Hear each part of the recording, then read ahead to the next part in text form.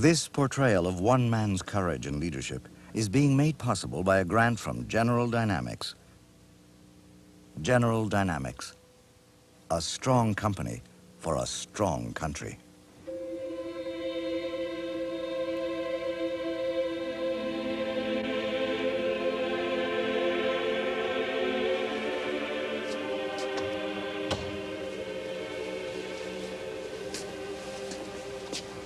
I am Angelo Roncalli. Angelo Cardinal Roncalli. They insist on calling me. My mother and father called me Angelino when I was little. People have called me many names since then. Don Angelo, Chaplain Roncalli, Monsignor Roncalli. People still don't know what that title, Monsignor, means. Archbishop Roncalli, legate, delegate, nuncio. Titles are like a cold. I seem to catch one every few years. For the past 6 years, I have been Patriarch of Venice. Yes, Patriarch. The title I will be buried with. I'm glad about that because it means that I have been the father of my people in that great city, Venice. Perhaps you know it. And my cathedral, St. Mark's. Yes, and the pigeons, too. I am here in Rome because the Pope, Pope Pius XII, has died after almost 20 years. 20 hard years of war, suffering, change. And we, the cardinals, there are only 51 of us now, go into conclave tomorrow to elect a new pope. We are all staying here in this large residence, the Domus Mariae on Via Aureliana, as we prepare for the event. I never dreamed that I would be here for this. Not when I was a boy in Salto Monte. That means under the mountain, and so it was. A village of 1,200 with rising ground above and vineyard below. It's in the north, 10 miles from Bergamo. You have heard of Bergamo, no? Well, they say there are 3 ways for a man to ruin himself: liquor, gambling, or farming. My father chose the most boring of these. We were tenant farmers, giving half to the landowners and living off the rest. I was born in 1881. I will be 77 next month. The first son after 3 daughters. My father was very happy to see me come along because then I could work with him in the fields. We were very poor, but of course we did not know it. We had 6 cows living with us in the courtyard. The Angelus bell from the parish church would awaken us in the cool darkness at 5 a.m. I can hear my mother. Get up, say your prayers. And we would work all day at the fields. My brothers still do. We were poor, but my mother never turned anyone away. Whenever a beggar came to the door, she always made room for him. My mother was always inviting strangers to sit down with us. There's an old proverb: God blesses big pots more than little ones. In one way, we had so little. In another, we had everything human beings could ever want. We had love, you see? Not always effusive, perhaps. We were not French, after all. But something you could count on. Love. Sure and steady as the sun that rose over the mountain. Love, yes. If you examine people's lives, no matter what they look like, no matter who they are, all of them are looking for love. Is this the day, they wonder, when I will find it? I am almost 80 years old, and I've been a priest for more than 50. And I always have found this longing for love in people's lives, and at the same time, much suffering. It's a mystery that love and suffering seem to go together. A great mystery. Those who think they can have love without suffering know nothing of life. and will never find lasting love. There's never been a great or true love, no love that has moved others, that did not reveal the strength that it had gained through suffering. And let me tell you,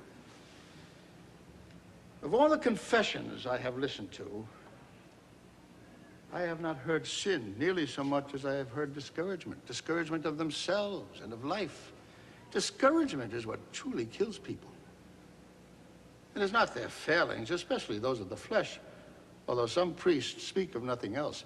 They regard these people as great sinners. Jesus himself understood and forgave these readily. No. It is their discouragement with life. Such people want to do good, but they always seem to have nothing but trouble and disappointment, suffering, sickness of all kinds, the death of children, the everyday hurts and disappointments of life. Think of the pain of all those people who have nobody to love them. And also think of the pain of those who do. I remember when I was an Army chaplain in that first great war. That terrible spring of 1917. The cassock stained red on the plateau of Asiago and the blood-soaked fields along the Piave. Giving what I could of the last consolations of absolution and friendship to the dying. Just children, really, bleeding to death in my arms, asking me to tell their mothers or wives or sweethearts of their love for them. Brave young men on old men's errands. Just children. Wide-eyed before that last dark tunnel of death.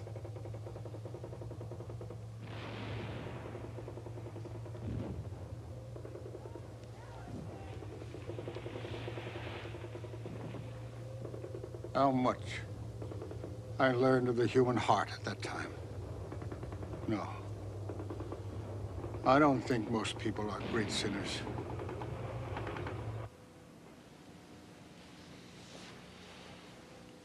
What can religion do to help people?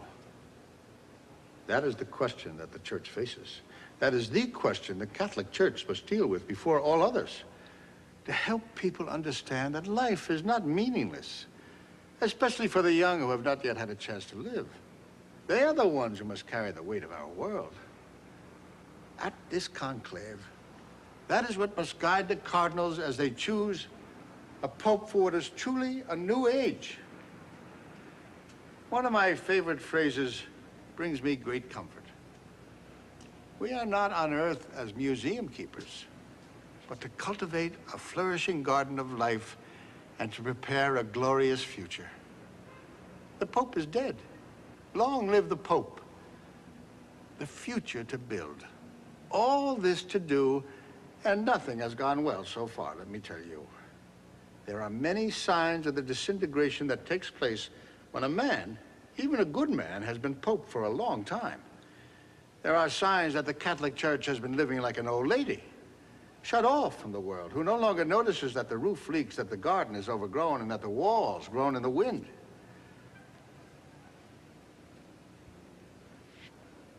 I want to tell you about the Curia. That's the bureaucracy here in Rome. The men who run the various departments. They are mostly good men, yeah, and bright too. Monsignor Tardini runs an orphanage, but most of them know nothing of the world. They like things to stay as they are. I wonder if they even like the new moon. In recent years, they have been behind the condemnation of many great Catholic thinkers, the Jesuits, the Dominicans, and others. Yes, many have suffered because these men in the Curia want to control the church from inside their offices. They know little of what human beings really go through. They are obsessed with sin, with the evil of communism, with red tape. Do you know what the poet Peggy has God say in one of his works? I don't want much of men, just the heart. Well, these men would be puzzled by that idea. And these same men have judged that Roncalli is not a first-class man. Non uomo di primo piano. Oh, basta.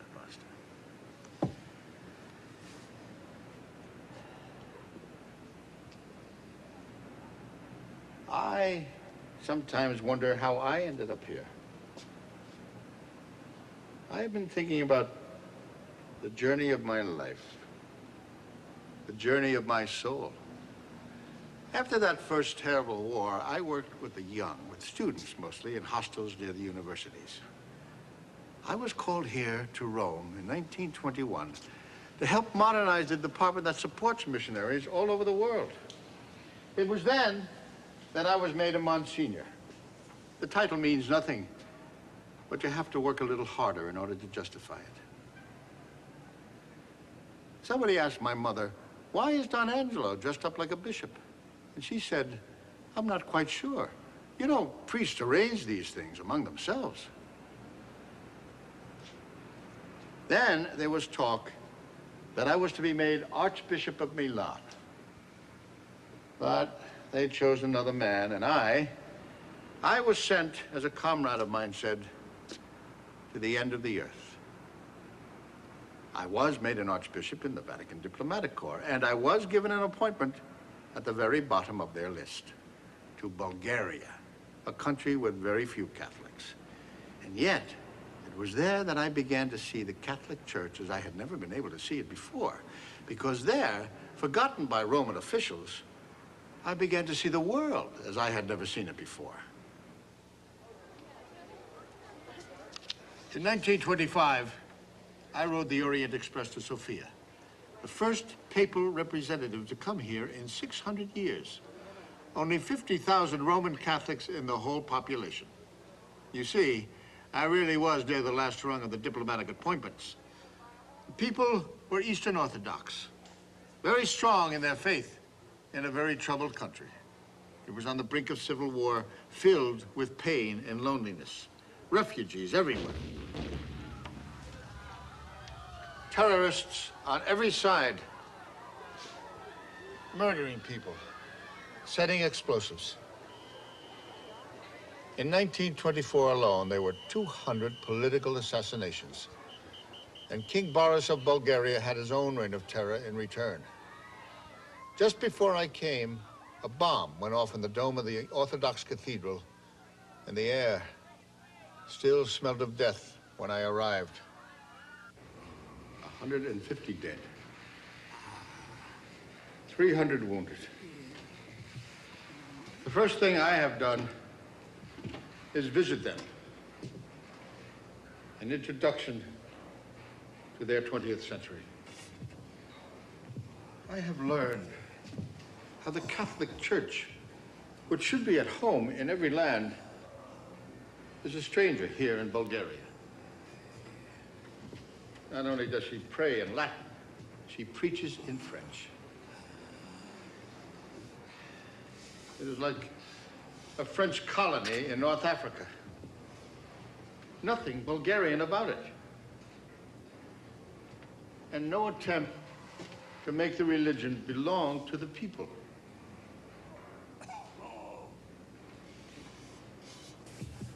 I have changed every prayer I can into Bulgarian. And I have learned the language myself. They call me Il Bulgaro. I have traveled from the Black Sea to Turkey to get to know the scattered flock of Catholics. You should have seen me. I traveled by car, by scow, by horse. You should have seen the horse, too. Everywhere in this country that reminded me so much of home, I have seen ruined, vandalized churches, but good people. And I greet them in their own language. I am like a beast of burden.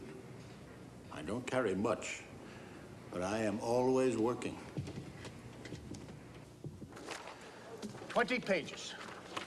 I told the Holy Father that my greatest problem is not with the Bulgarians, but with the Romans.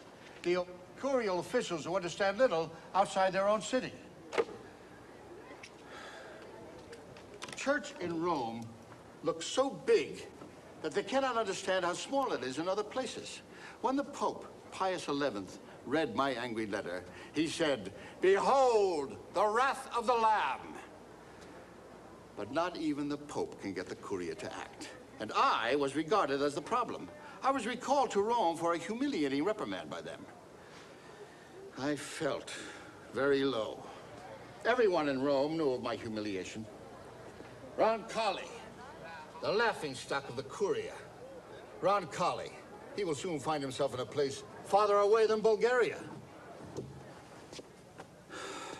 In the long run, I suppose, I could say only my pride was hurt.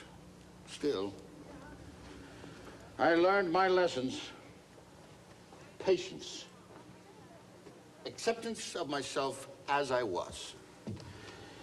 I would always be a pastor in backwater places. Too simple for anything too complicated. Years later, that same Pope, he was a good man, told me he had been wrong to let them deal with me in that way.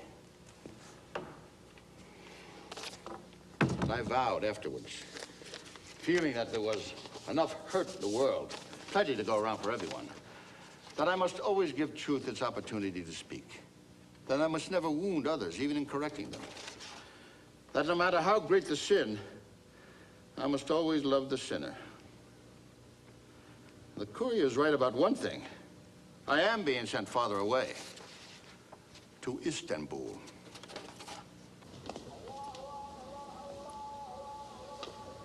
Now I am in Turkey. 18 million people and only 20,000 Catholics. And they asked me to take care of Greece, too. Only 50,000 Catholics there, as scattered as the Aegean Islands. No sooner have I arrived in Turkey than the new leader, Ataturk, wants to throw me out. He has taken away the privileges of every religious faith. Even Islam has no standing with him. We have all been told that we can no longer wear a religious garb. None of us. My assistants and the other priests are very upset about it. But I have told them, yes, Reverend Fathers, yes, it is inconvenient. But you will always be priests, no matter how you dressed. Now, I learned to tie a tie when I was a chaplain. Bene. You better learn to do this yourselves. Do not grieve for your cassocks or your collars. Better to lose those than your heads. We must surrender our religious garb in the Church of St. Anthony. I do not want anything to do with Turkish politics, but I do care about the Turkish people. They have suffered here so much. There has not been wars, there's been earthquakes. My conviction is that we must not try to impose Roman notions on them. If in Rome, Christ is a Roman, then here in Istanbul, let him be a Turk. I believe that the Catholic Church cannot be a monopoly of any one nationality. I believe that a good Catholic must first of all be a good Turk.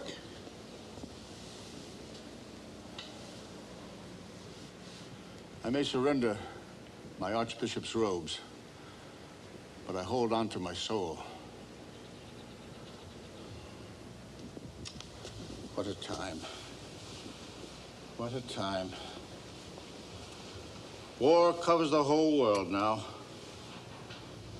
Istanbul has become a nest of spies and intrigue. Somebody follows me wherever I go. I see them all.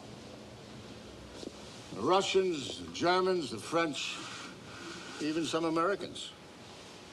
All spies look alike. That they follow me tells you how little they know their own business. Blackout curtains in case of air raids. I was out this afternoon to see my friend, Austin Oakley, the Anglican chaplain at the British Embassy. We prayed together for peace in his chapel. We are good friends. Whenever I see a wall between Christians, I try to pull out a few bricks.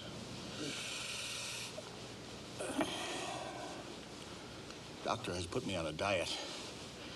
I have been on so many diets. You know what he makes me eat? Yogurt. Baby food. Still, I will soon be 60. The age when we begin to be old. Here and in Greece, I have put all my efforts into helping people of every religion who suffer because of this terrible war. Von Papen, the German ambassador, came to see me earlier today. He wants me to say a good word for the Germans because they are fighting communist Russia. I told him I would never speak on behalf of the Germans as long as they have a national policy of killing Jews for no other reason than that they are Jews. He would be surprised at my visitor this evening, Mr. Ira Hirschman of the American War Refugee Board. I have worked with leaders of every faith to locate missing family members, to bring word of prisoners of war, to feed the hungry, to save people's lives any way we can. Chaim Barlas of the Jewish Rescue Committee brought me a report about the final solution for the Jewish question in Bulgaria. I felt that I was holding the work of the very devil himself.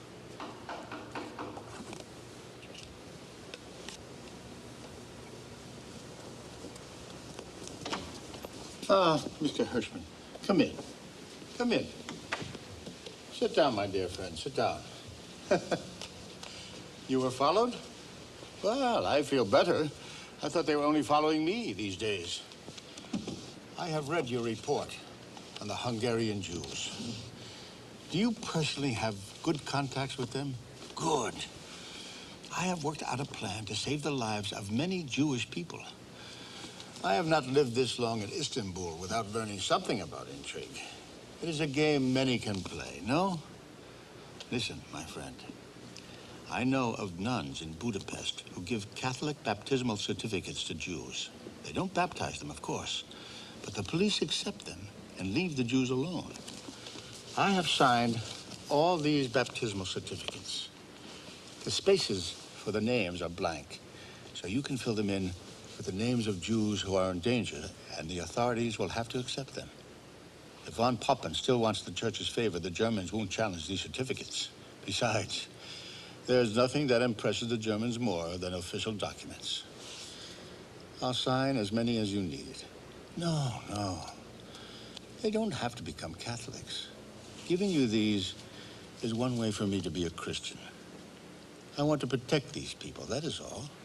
Oh, please, please. That is little enough for us to do.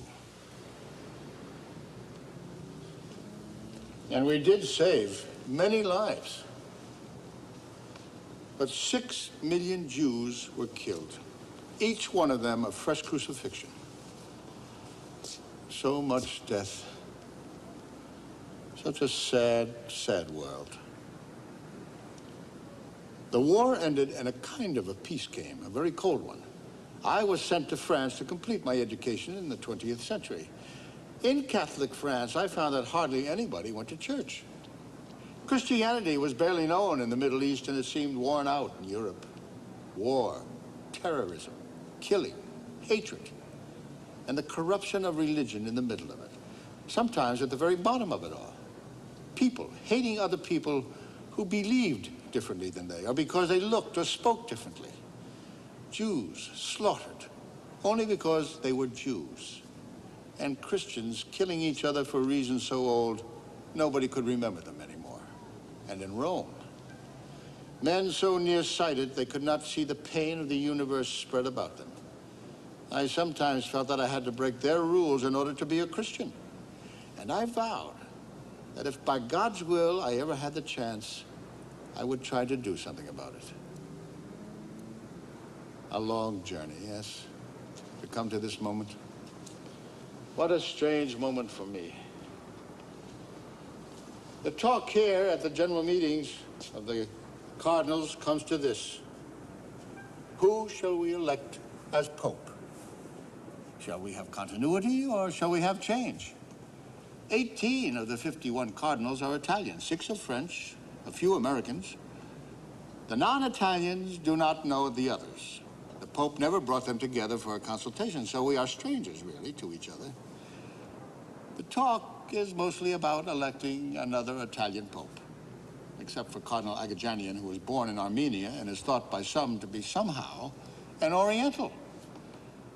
He has been in Rome so long that he is more Roman than the Romans themselves.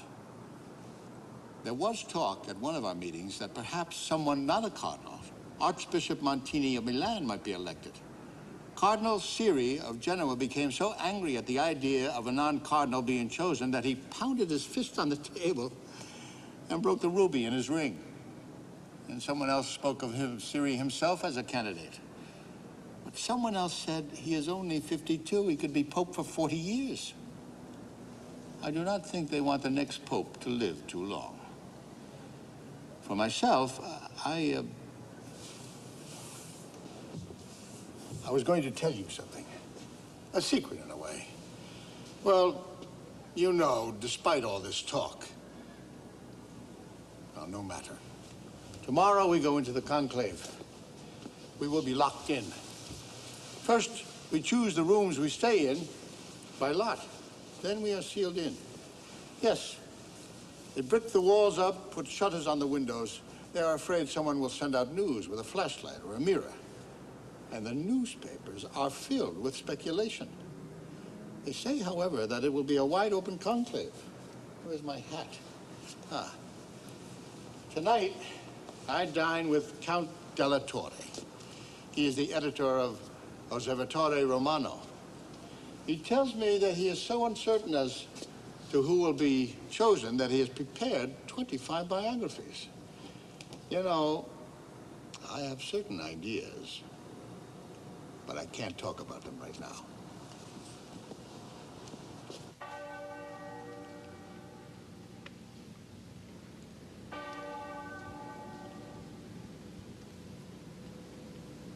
This morning, I said Mass at the tomb of St. Peter. I said my first Mass there in 1904. I did it because something has been dawning on me. Very slowly, of course. The secret I mentioned. I have hesitated to say it out loud, even to myself. I feel that I, Angelo, son of the farmer of Soto Il Monte who made wine so bad we could not sell it, I am going to be elected Pope. Yes, it is true. At my age, almost 77. Some cardinals, you see, think that is an advantage in a new Pope. You know, one cannot get over old age, but one can go on being old for a long time.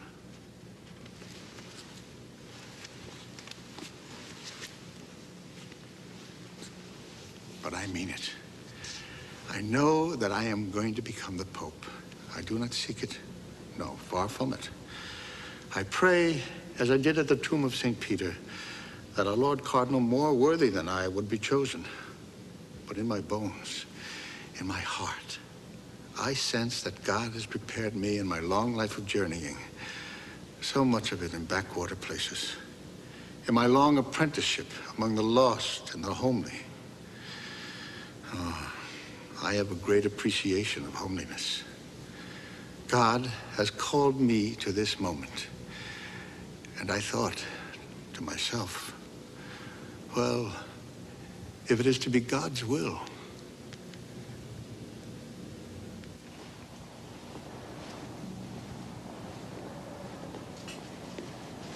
the Pope has been buried, and we cardinals are being sealed in conclave to elect a successor.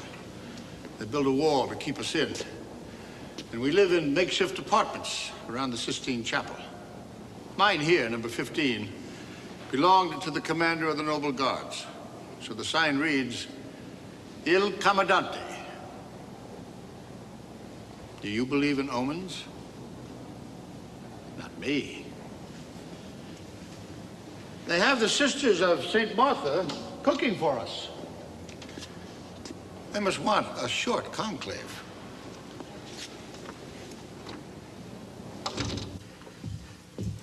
They say that he who enters a conclave, a pope, leaves it as a cardinal. There were only 51 cardinals this morning, and one, Cardinal Mooney of Detroit, died just before we entered the conclave. So we have 50. Just 50 of the normal number of 70. Now, that number 70 for the College of Cardinals was set by Pope Sixtus V 400 years ago. Let me tell you about him. He tottered into the conclave on a cane. And then when he was elected, he threw the stick away. He said it was a miracle. The other cardinals speak of me as a compromise candidate. They see it as either Cardinal Agajanian or me. They say I am a man from the middle of the road. Just what some of my brother cardinals want. Someone jolly who will die soon and won't do anything in the meanwhile. Oh, General Charles de Gaulle sent me a telegram of good wishes. But that does not mean that the French cardinals will vote for me, although there's been plenty of talk. As for me, I remember the little plaque in the priest's house in Soto Il Monte, a quotation from St. Bernard. Do not believe everything you hear. Do not judge everything you see. Do not say everything you know. Pray, read, withdraw. Be silent, be at peace.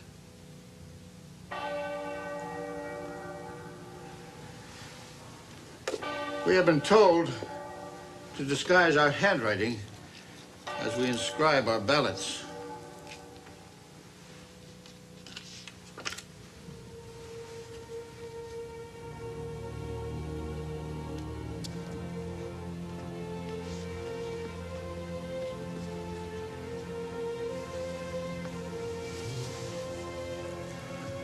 The Lord Christ, who shall be my judge, is witness that I choose the one whom I believe should be chosen, according to God.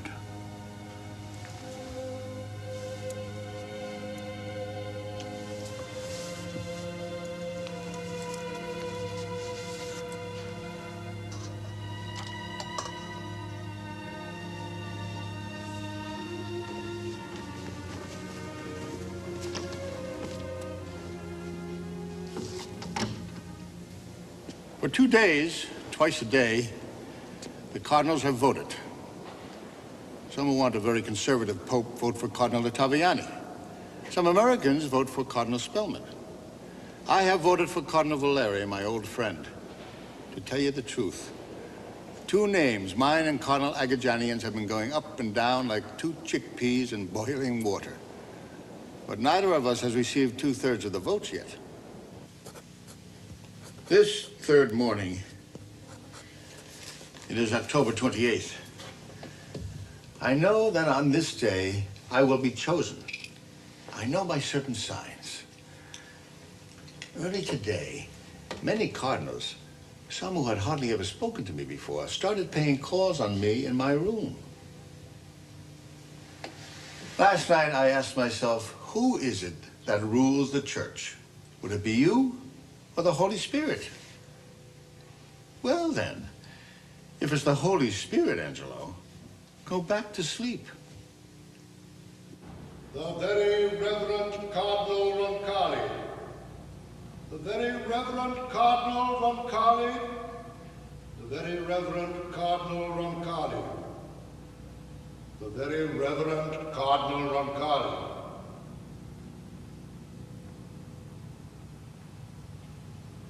Do you accept your election, made canonically as Supreme Pontiff? Hearing your voice, I tremble and am afraid. If I seem confused, it is only because I know my own smallness and insignificance so well. But I see in the votes of my brother cardinals the sign of God's will, and I accept the choice they have made. I bow my head and my shoulders to the chalice of bitterness and the burden of the cross. By what name do you wish to be called? I would be called John. The name is sweet to me. It is the name of my father, the name of the parish church of my boyhood, the name of many popes before me.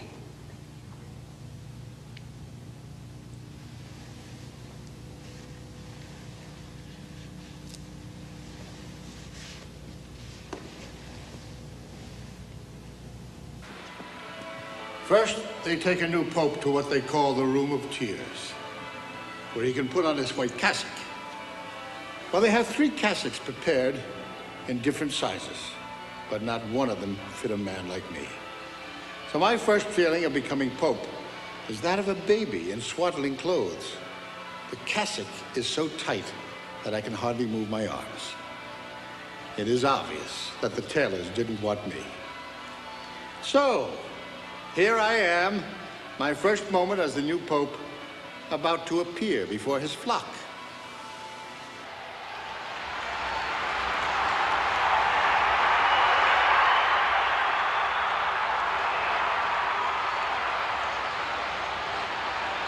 Sit nomen Domini benedictum. Ex hoc nunc et usque in seculum. Adjutorium nostrum in nomine Domini. In pace Deo et Vero. Benedicat vos omnipotens Deus, Pater et Filius et Spiritus Sanctus.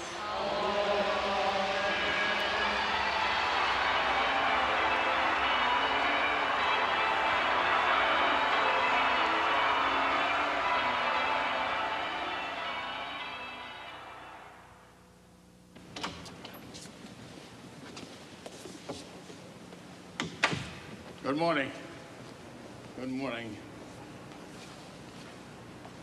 This is a Camuro. Popes wore them in the Middle Ages. Very comfortable in these drafty rooms. Here I am, Pope for a month already. At first it seemed strange, but now I feel as if I had never done anything else in my life. They make cassocks that fit me now. You should have seen the red velvet shoes they wanted me to wear. I ordered a pair of good peasant shoes and had them dyed red. It has been a busy time. My head has been filled with ideas.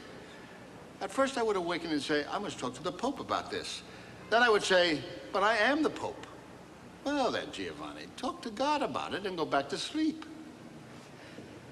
Now, let me tell you, the people who work here, I've told you about these administrators of what they call the Curia.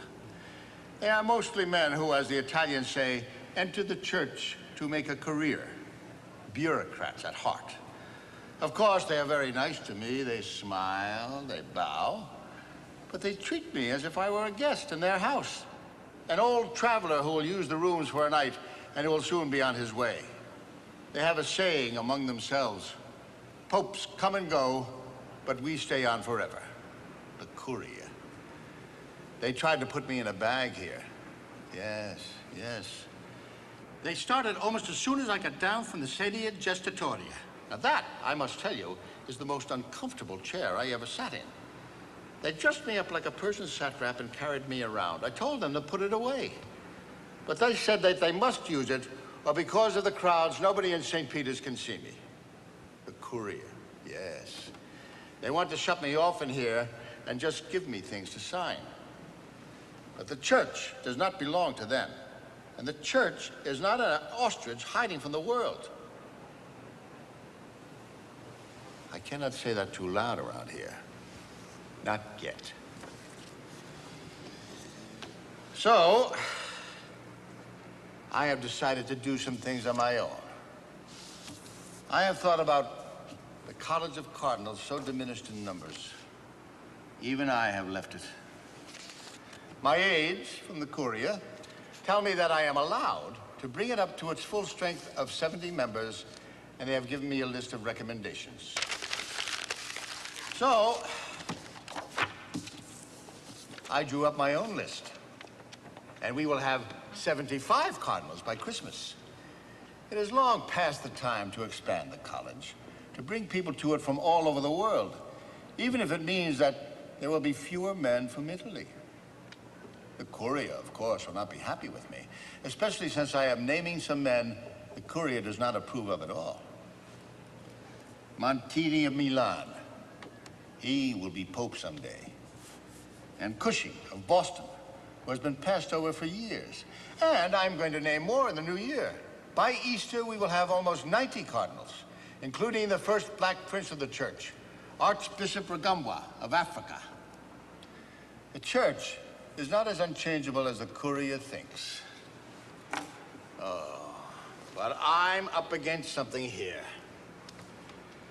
Holy inertia. But I intend to keep making changes. For example, I do not like the idea that the Pope is called the prisoner of the Vatican. Now they tell me that I must eat alone. I feel like a seminarian being punished for something.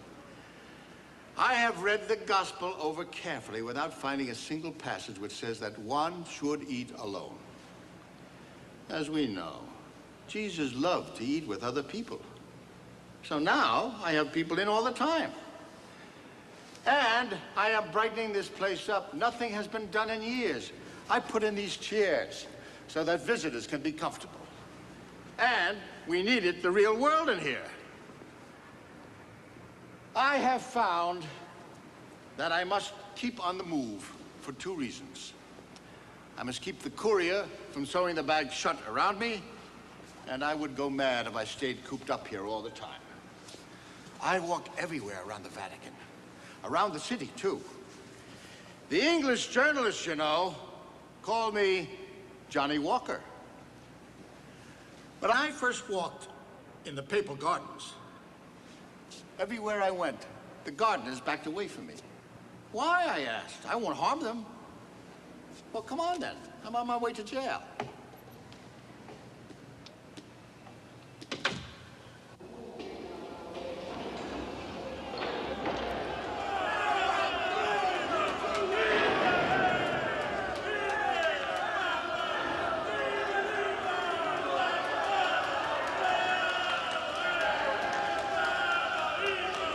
My dear sons, my dear brothers, we are in God's house here, too. You can't come to see me, so I have come to see you. Are you glad the Pope came? Are you glad? I know that you are not all Catholics, so I am glad that you are happy to see me. I do not think God penalizes anybody for not being Catholic.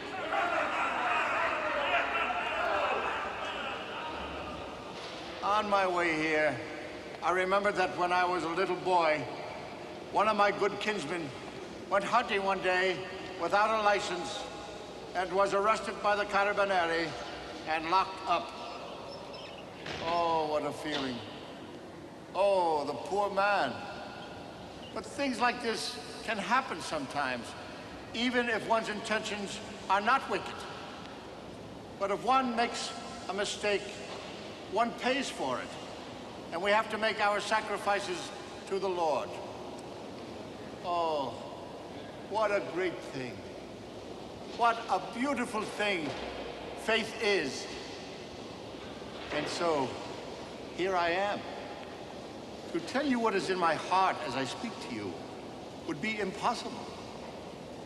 But how else would you want the Pope to speak to you? My eyes look into yours. Why are you weeping? Be glad. Be glad that I am here. I have put my heart near your hearts.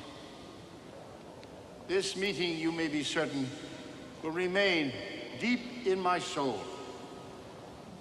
The Pope has come. Here I am, among you. And with you, I am thinking of your children. who are your poetry and your sorrow, and of your wives and your mothers and your sisters. Go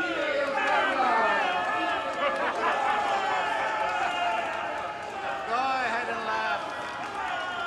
Today, I am your prisoner.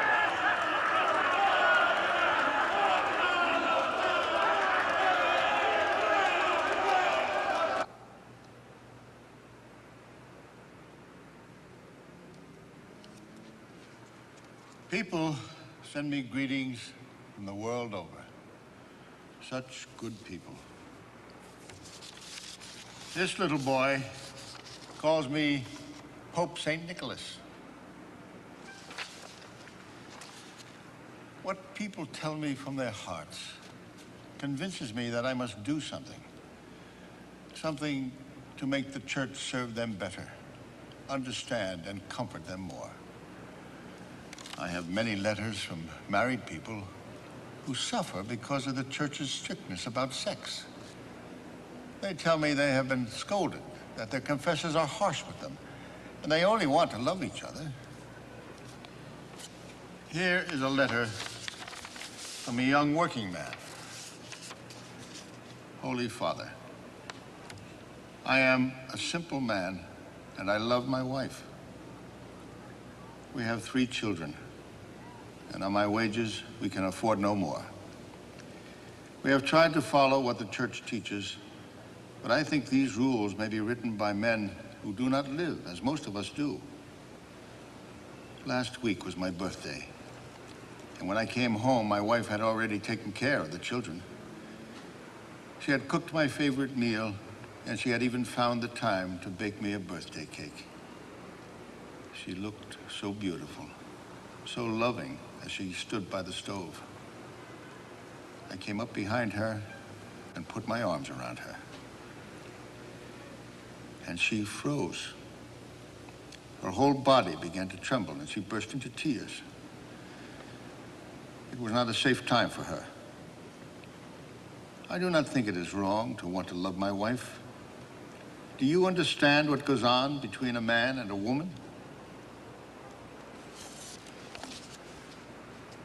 And I hear from the priests, who are the pastors of such people as well.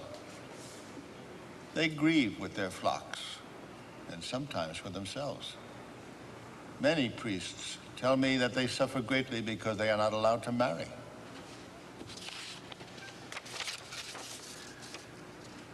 It is not just a question of sex or lust. It is something deeper. Can we be human if we do not have love and affection? Yes. Yes. I do understand. To be human, that is essential for all of us. These good people are only asking about something that is very human. Have I not felt all this? Do I not feel it deeply myself? Do you think I do not understand love, our need for friendship, the fact that we are only human? I remember a wise saying in the Jewish tradition: do not try to be more than human. Do not be less than human. I am not more than human myself, and I know that with one stroke of the pen, I could change these laws. I could, for example, put an end to celibacy. I know that I could do it. But I cannot do that on my own. I feel that I must not. I cannot on my own change long-standing traditions. There's much to be said for sacrificial love. But I can call on the bishops of the world to come together in order to discuss these and other problems. I am going to call a general council of all the world's bishops, an ecumenical council, so that the church can look inside of itself, and so that the world can too. A council, you see, is an unusual meeting. There have only been 19 of them in almost 2,000 years. I will bring the bishops together to see if we can heal the divisions in the Christian churches. To see if we can embrace our other religious brothers in charity. And if we can see the world as it is seen from space. Our home together. If we can do something about prejudice, like that which has blamed the Jews for killing Christ, or any of so many other hateful things that have been based on so-called religious ideas. Let us find out how we are alike, instead of insisting on how we are different. The world's bishops can do it, and only they can, gathered together here in Rome, where the administrators have been running things for such a long time. If I have all the bishops here in Rome, I trust the Spirit will see that they do their work, and that they do not let the Curia, the ultimate bureaucracy, dominate them. I want the bishops to be pastors when they come here. The real reason I will call this council, and what the bishops can help in, is not something abstract. No, not at all. It is simply to make the human sojourn on earth less sad.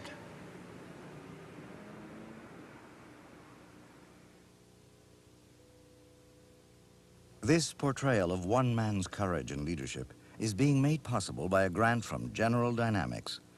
General Dynamics, a strong company for a strong country. This is PBS, the Public Broadcasting Service.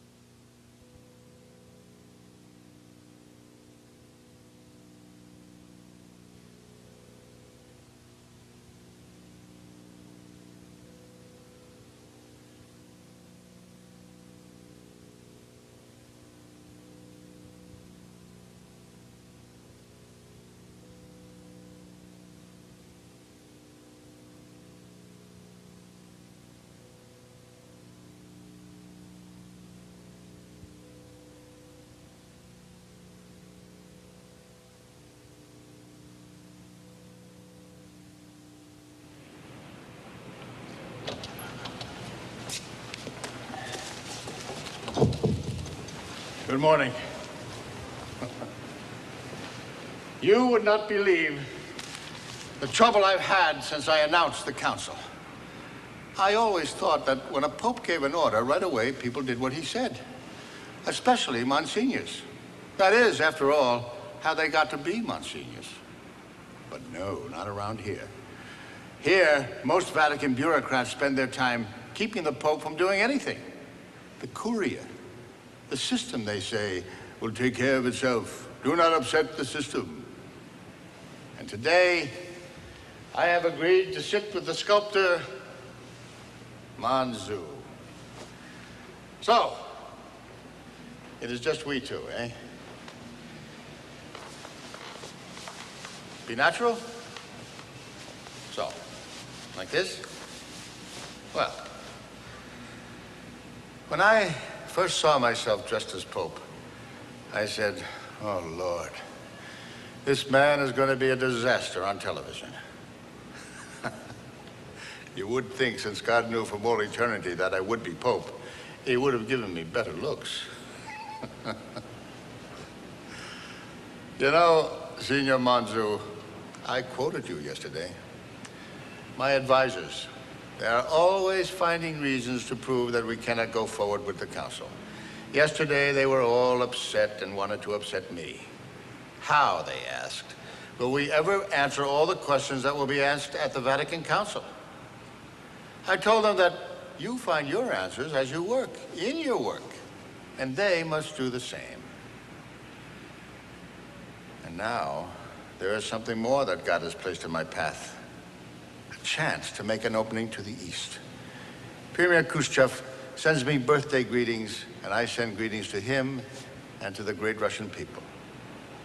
We are still two ships signaling from far away in the dark, but each knows that the other is there. That is a beginning.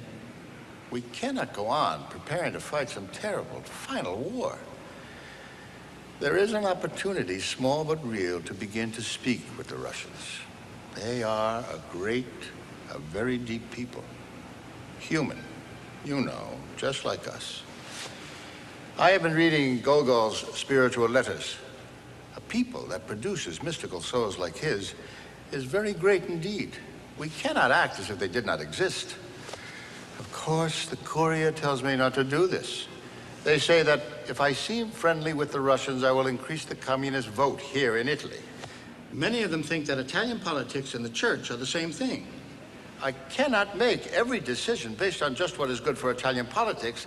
I must think of the whole world. The communists are the enemies of the church, yes. But the church has no enemies. So I am prepared to take another step. I will receive Premier Khrushchev's daughter and son-in-law in an audience. My advisors are very upset with my plan. We shall see.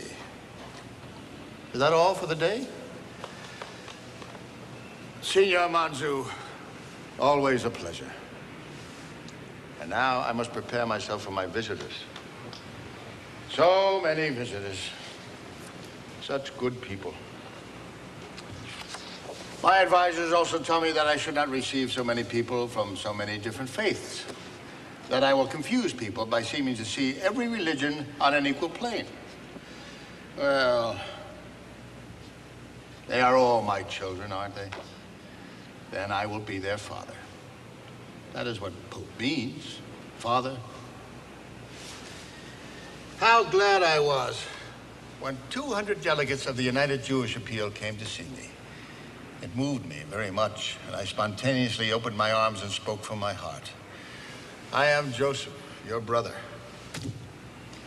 The Archbishop of Canterbury, Dr. Fisher, visited me too. For the first time in 400 years, the Pope and the Archbishop of Canterbury spoke to each other. He took my hand and he said, "Holy Father, we are making history." I studied English under Monsignor Ryan. I'm not very good at it, and what words I can speak come out with an Irish brogue. I think President Eisenhower found me very amusing. I remember an American congressman, Mr. Brooke Hayes. The first thing he said to me was, "I'm a Baptist." I answered, "Well, I'm John." The wife of the President of the United States is coming to see me in a few minutes. My advisors have written out 2 ways that I may address her. They want to tell me what to say at these audiences because they're always afraid I will say the wrong thing. I may simply call her Madame, or I may say Madame President. Which do you think I should use? Madame. Madame President. Madame Kennedy. Madame John Fitzgerald Kennedy. Jackie.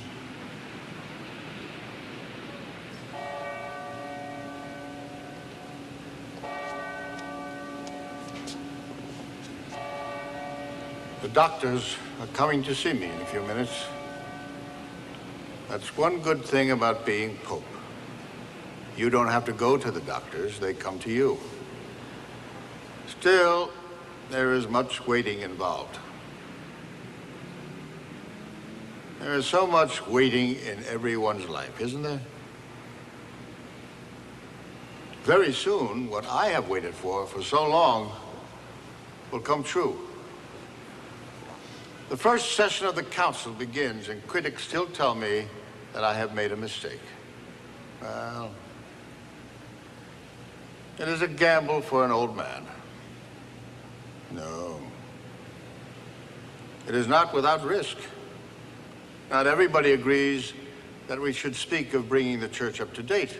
Some powerful men here say that I will do more harm than good. Ah, come in, doctors. Come in. Sit down. Sit down. Yes, yes. You have the results of all the tests?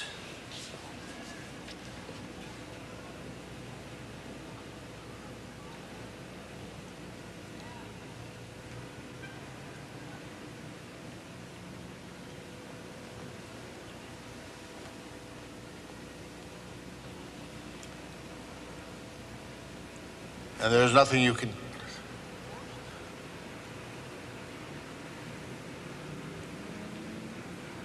This growth in my stomach, how long do you think?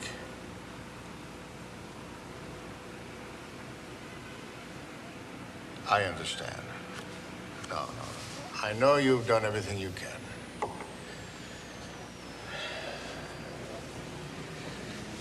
No, I'd rather be alone for a while just now.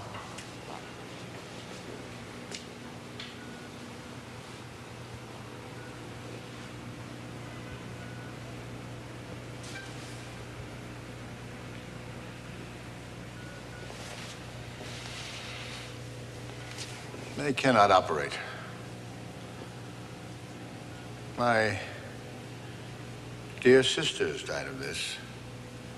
Now I will know what they suffered.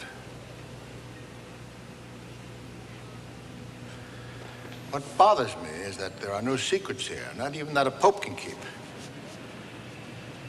The men who want to keep the church from changing, they will pray for me,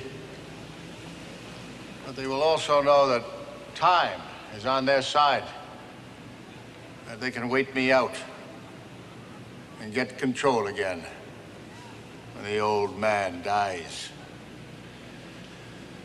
And they will adjourn the council saying it was an old man's madness and turn the clock back.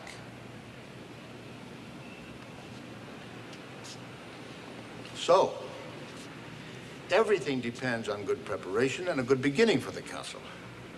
If I can get the bishops not to be schoolboys, if together we can sink a deep foundation, these men from the past will not be able to stop the future. It won't make any difference if I die or not. What a time to be in a race. Just as I'm running out of breath.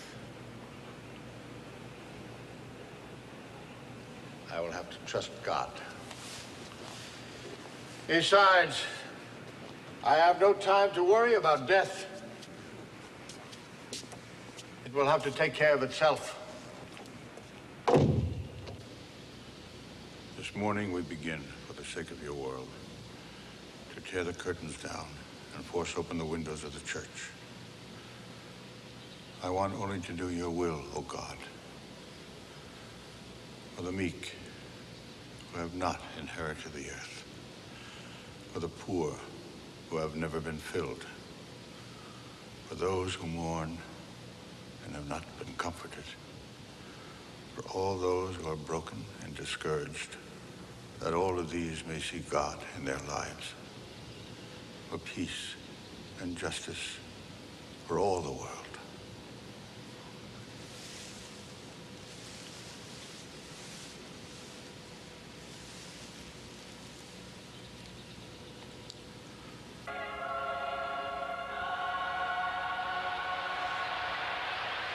So, the bishops have arrived for the council. I gave my opening address at the end of the long ceremonies. I think it woke many of the bishops up. One good thing. The bishops have refused to accept the rules of procedure that Cardinal Ottaviani and the administrators of the Curia had set up beforehand. Oh, the Curia. So many people look at the modern world and can see nothing but calamities and ruin. In my speech to the council, I told them that I was in total disagreement with these prophets of doom, who always foretell catastrophes as though the world were close to an end.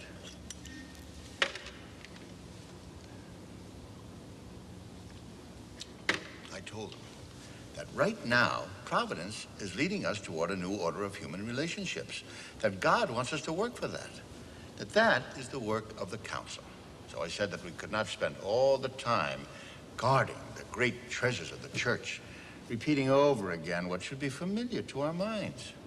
There's no need of a council for that. Instead, I pointed them toward a leap forward, teaching more clearly, forming people's consciences, drawing on modern methods of scholarly research, and speaking in a language the world could understand. The church, through this council, raises the torch of religious truth and wishes to show itself as the loving mother of all, benign, patient, full of mercy and goodness, even towards those who are separated from it. To the human race, oppressed by so many difficulties, the church, like Peter to the poor man asking for alms, says, I have neither gold or silver, but I give you what I have.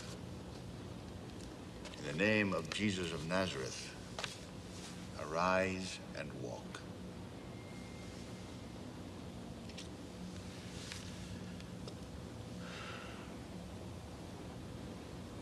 This is a lonely moment for me. I feel I have done everything I can, and I must leave it in other hands. Everyone comes to this moment, no? Perhaps it is the moment of life. It is not when we grasp something that we are tested. It is whether we can let it go. Still, I feel very alone just now.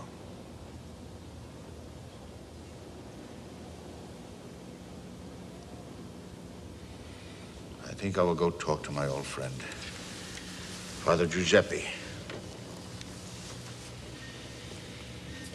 He is very ill also. I need to talk to an old friend just now. Even the Pope must tell somebody his troubles once in a while.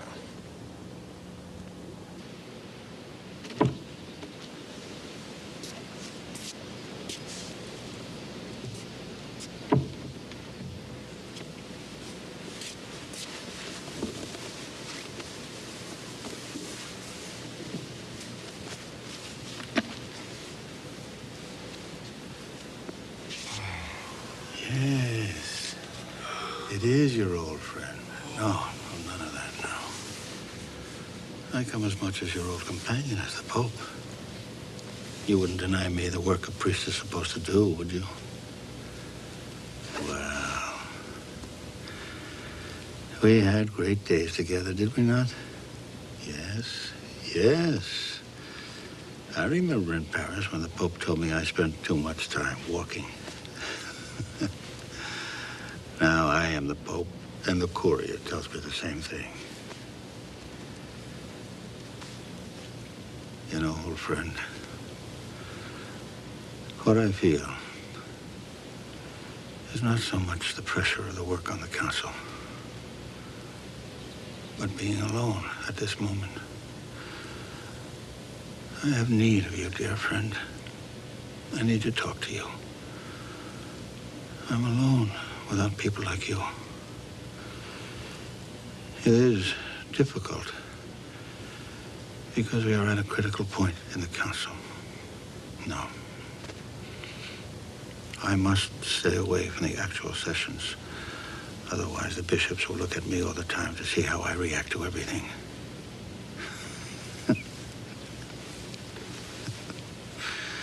You remember Giuseppe, when I was the nuncio in Paris and had to go to all those receptions.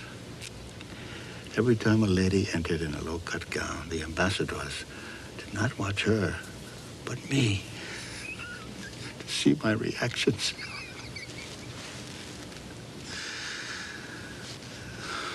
Cardinal Ottaviani? Oh, yes. Obstructing everything as usual. Yes, you are right.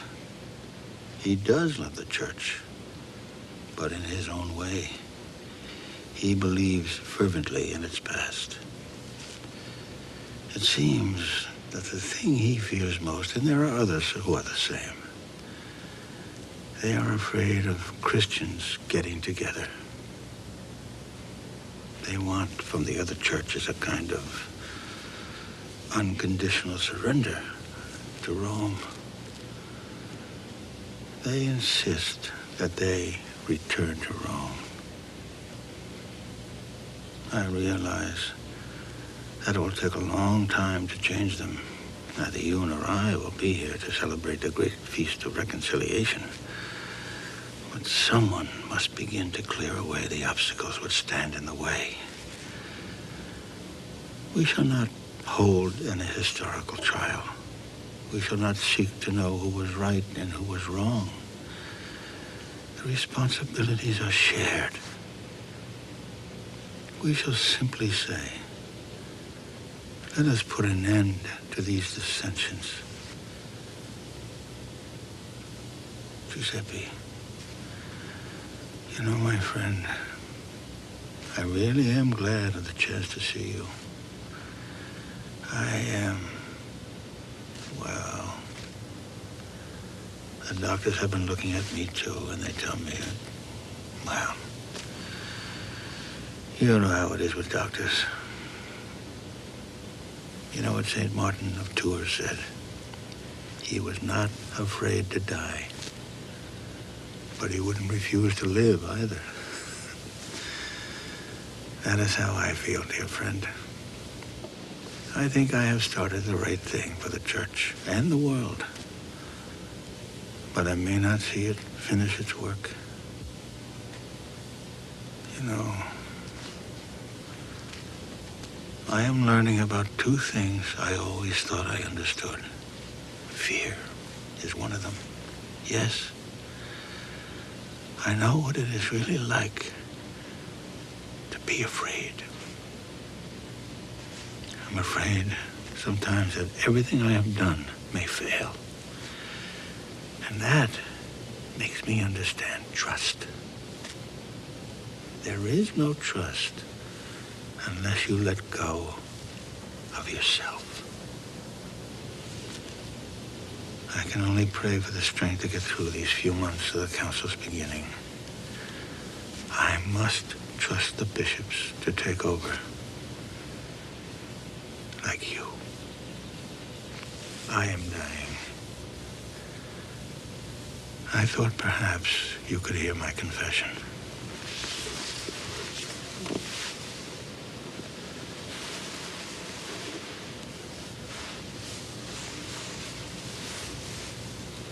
Bless me, Father, for I have sinned. And so the council seems to have come to an impasse. Cardinal Ottaviani has stated that little time remains. We have come to a difficult time for the council and for me. The bishops have been good. Yes, very good. But they have underestimated Cardinal Ottaviani. And the first session will close in a few days, December 8th. And Ottaviani, by a parliamentary maneuver, has arranged it so that the most important subject on what the church is in this world and in God's plan will not have the time to be fully discussed. He talks about next year. But who knows what will happen next year? Ottaviani has been fighting for time. All he needs, he feels, is a little time. A little time. You see, his motto is Semper Idem, always the same. That is how he feels the church should be, never changing. That is why he wants to put off the discussion until next year. He feels he will not have me to deal with next year. When I was elected, the Courier didn't think that I would last long. Where they were wrong was in thinking that I would not do anything while I was here.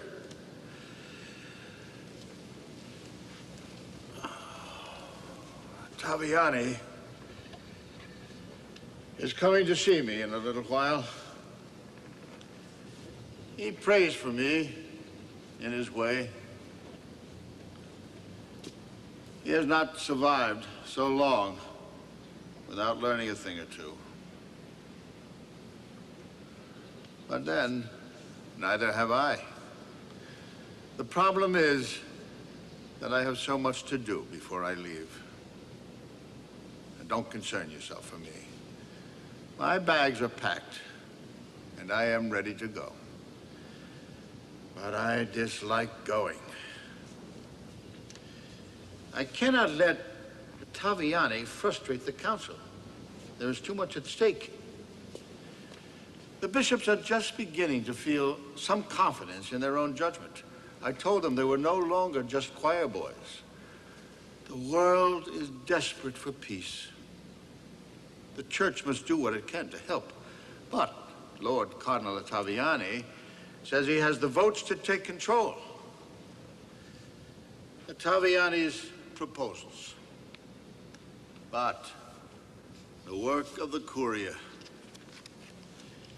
There is a special style about the work in the Curia. Some call it Romanità. Sometimes I think I'm dying of Romanità. When an American reporter asked me how many people worked in the Vatican, I answered, about half of them. And they are doing exactly the same work they did 100 years ago.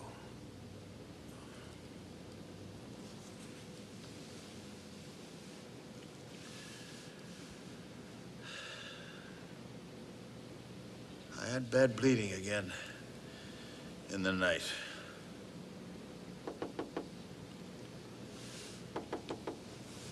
Cardinal Ottaviani,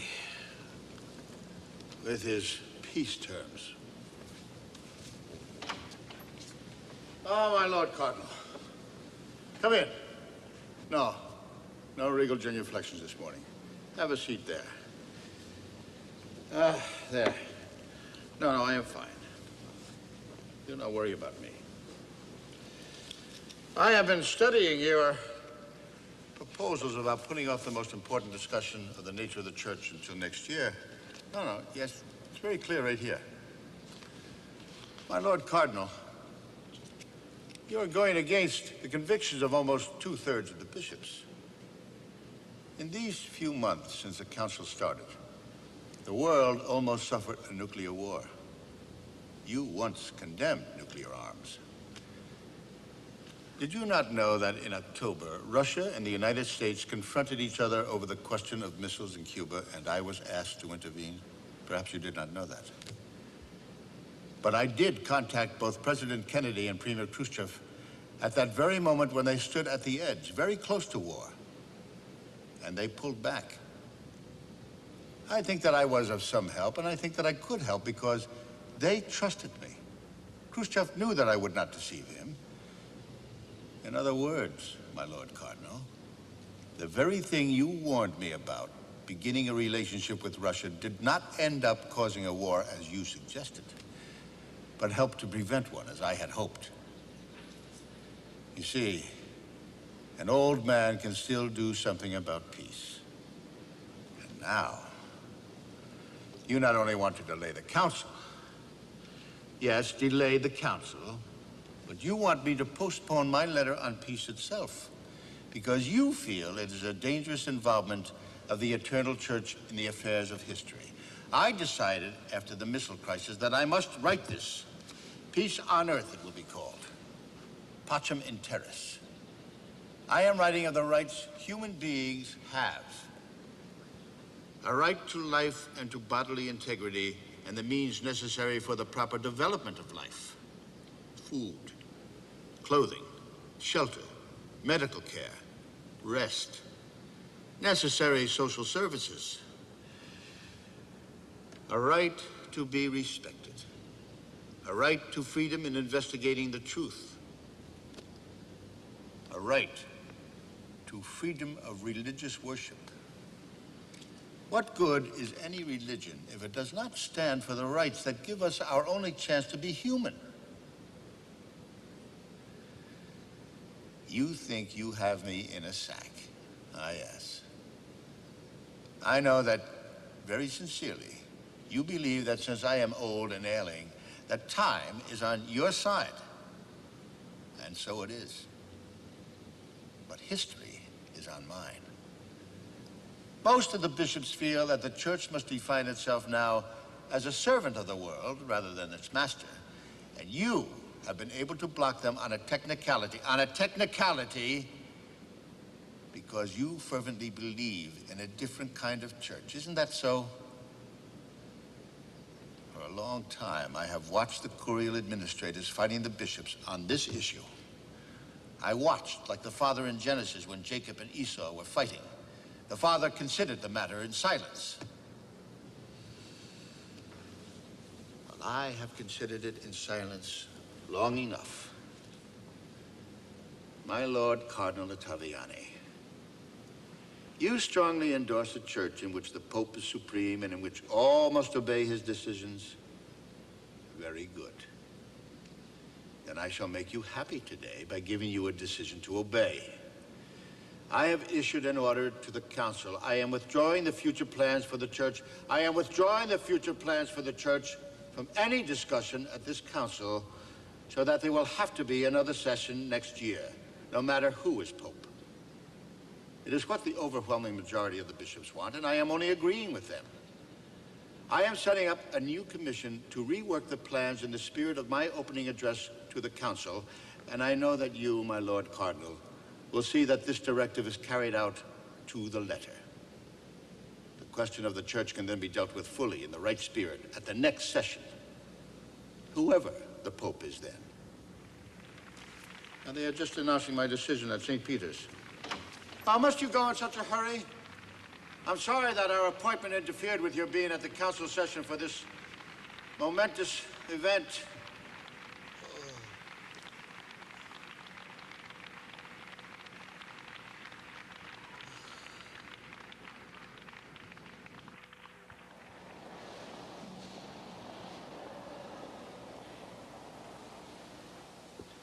And so, my brothers, I bid you farewell.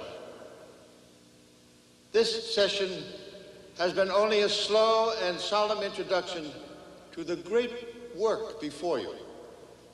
These discussions have caused truth to come forth, showing the world the holy freedom of the sons of God as it exists in the church.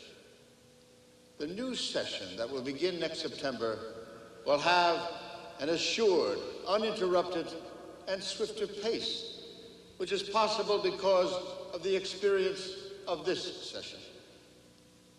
We hope to see its conclusion. It will be a new Pentecost, a new leap forward by the kingdom of Christ on earth, a new proclamation of the good tidings of redemption. In many countries on Christmas Eve, a light is put in the window of every house so that Joseph and Mary, passing by on that night in search of refuge, may know that within there is a family awaiting them around the fire and at the table spread with the good things given by God. Wherever I may go in this world, if any of you passes by my house at night in distress, you will find a light in my window. Knock. Please knock at my door. I shall not ask you whether or not you are a Catholic or what you believe, my brothers and sisters. Enter my house. My brotherly arms will embrace you, and my warm heart will rejoice at your coming.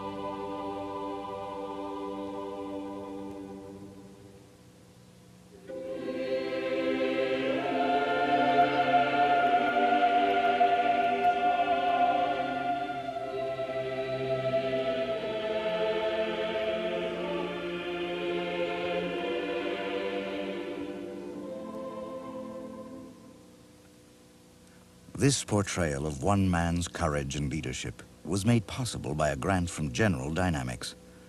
General Dynamics, a strong company for a strong country.